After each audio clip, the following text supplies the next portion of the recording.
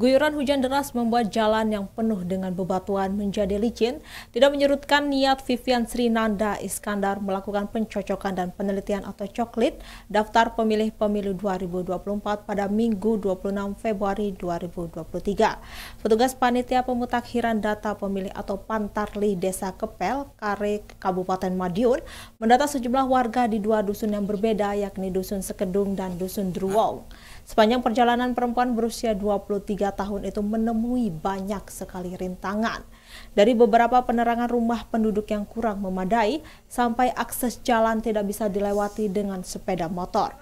Terpaksa, dirinya harus berjalan kaki sendirian, naik turun menyusuri rumah-rumah warga di lereng Pegunungan Wilis menempuh rute perjalanan yang sangat jauh.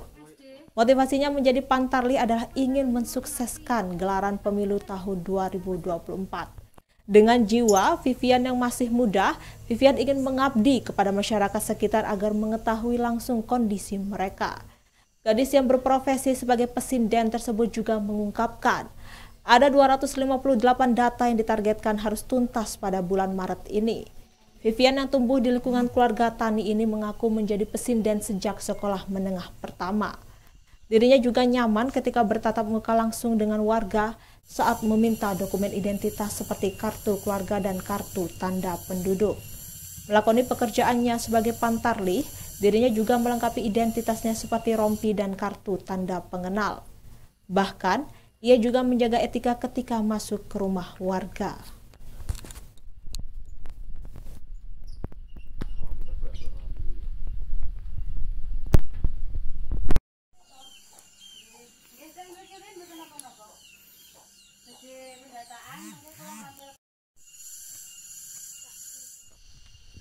Nama saya Vivian Srinanda Iskandar. Mbak ini apa motivasi?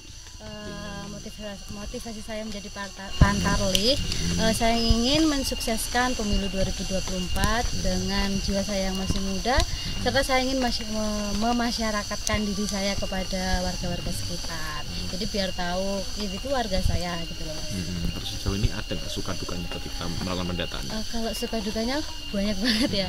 Mungkin kalau sukanya kita bisa dikenal banyak orang, kita punya saudara, punya interaksi kepada orang-orang, kan saya kan bisa tahu kalau ini tuh warga sini gitu, punya banyak teman, punya banyak kenalan. Kalau dukanya namanya di pegunungan ya, jadi kan medan aksesnya kan naik turun gitu, apalagi ada jalan yang nggak bisa dilewati motor, misalnya kayak yang di sini kan jalannya kan bebatuan gini, sulit banget buat naik motor itu, jadi jalan kaki gitu, kadang hujan kayak gini, apalagi kalau sepi gini kan agak takut gitu ya.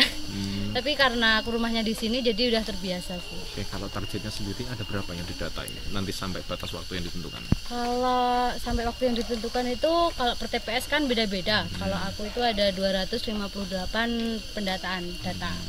Cuma kan ada yang beda kan, nanti ada yang tambahan warga atau ada yang udah menikah, kan kita bisa ngubah lagi gitu. Jadi kurang lebih 258. Oke, kemudian ini sebelumnya profesi sampean apa ya? Kalau sebelumnya sih saya kerja di kota ya, saya kerja di salah satu mall di Madiun, cuma saya memutuskan untuk resign, saya tinggal di rumah, karena di rumah pun saya juga bantu-bantu di rumah, karena kan saya tinggal sama mbak saya juga tani, terus saya punya sampingan juga kayak sinden gitu, ikut orang gitu.